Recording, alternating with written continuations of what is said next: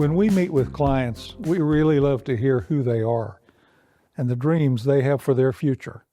So it's only fair that you also know what brought me to financial planning and why I'm so passionate about this work. I grew up in a middle-class Dallas home where serving others wasn't something we just talked about. It was something that we just did and who we were. My dad was a scoutmaster for 8 years, and I grew up in the Boy Scouts. I earned my Eagle Award in 1970. My mother was a Cub Scout den mother and a PTA president at our school, and ultimately was chairman of the Parkland Hospital Board in Dallas, and was deeply involved in our community for many, many years. From the very beginning, I was raised to believe that your life matters most when you are serving others. That sense of service really shaped the first part of my career. I served in the Texas legislature as a senior staff person and then in the U.S. Congress in Washington, and later in West Texas, helping rural communities access medical specialists using telecommunications video lines. Working at Texas Tech University Health Sciences Center in Lubbock, my colleagues and I literally helped start the field of telemedicine, connecting rural hospitals, clinics, and patients with medical specialists over long-distance T1 video lines.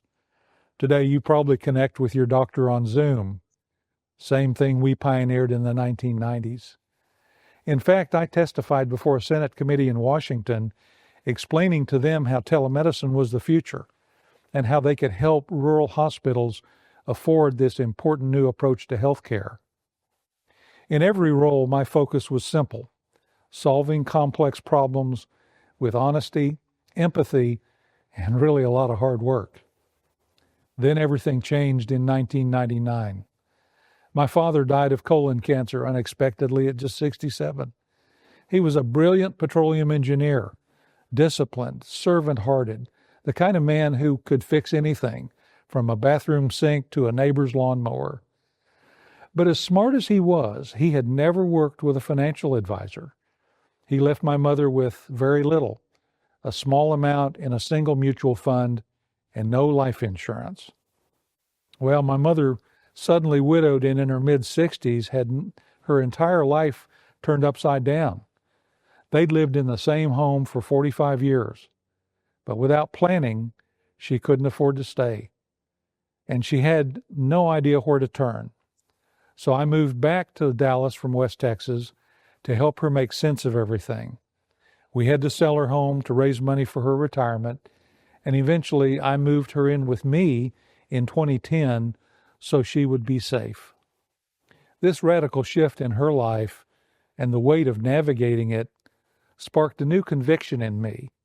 I didn't want this to be repeated in my life or anyone else's. Right around that time, a Morgan Stanley branch manager from my church said, "Steve, with your heart for serving people, you should really consider becoming a financial advisor." Well, I'd never really thought about that career path before and didn't know anyone in the field. He asked me to come down and spend a day with his best advisors at his invitation, and by the end of it, I knew this was the work I was meant to do. I knew the right kind of thoughtful advice could absolutely make a huge difference in people's lives. Advice my dad never got. Well, within months, I had passed all my exams, my Series 7 National Securities License, my Series 66 State Securities License, my Series 31 Managed Futures License, and my Group 1 Texas Insurance License.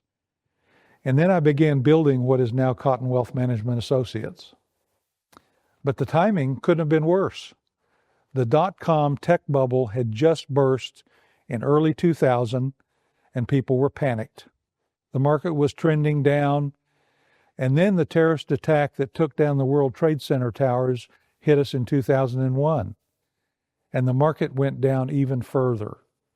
It was a very tough time in the country psychologically, and very difficult for people approaching retirement, seeing their investments take a hit. 2000 through 2002 was the longest recession since the Great Depression of the 1920s. But while other financial people were calling to sell products, I was calling to offer help. free portfolio reviews, problem solving, fixing what was broken. That's really how my practice began, through service, not sales. For the past 25 years, I've had the privilege of guiding clients who need both direction and wisdom so they wouldn't have to face what my mother went through. We had to sell her house to harvest what equity we could and what was there for her retirement. She lived with me for 14 years before eventually needing full-time care. She lived to 92, but it was a long, difficult journey. It would have been entirely different if my father had received even the most basic financial advice from an ethical financial professional. That experience is still the heart of why I do this work. Over the years, I've learned that the people I'm most called to serve are the pre-retiree with some savings or the business owner preparing to sell their life's work, the hardworking families who don't have room for error. These clients deserve someone who will work as hard for their family as I wish someone had worked for my mom and dad. My why is simple. I don't want you, your spouse, or your children to go through what my mother went through, the fear and the hesitation.